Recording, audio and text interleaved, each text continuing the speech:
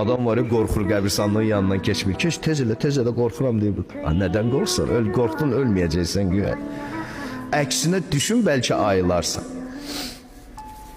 Həzrət gəlir qəbristanlığa, yol oradan keçir.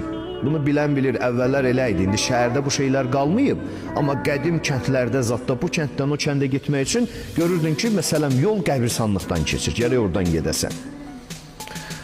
Deyirəm, bəlkə də köhnə kişilər qəsdən belə eləyiblər ki, insan evladı bir arada oradan keçsin, gəlsin, bu başdaşında bir baxıb ibrət alsın özünə.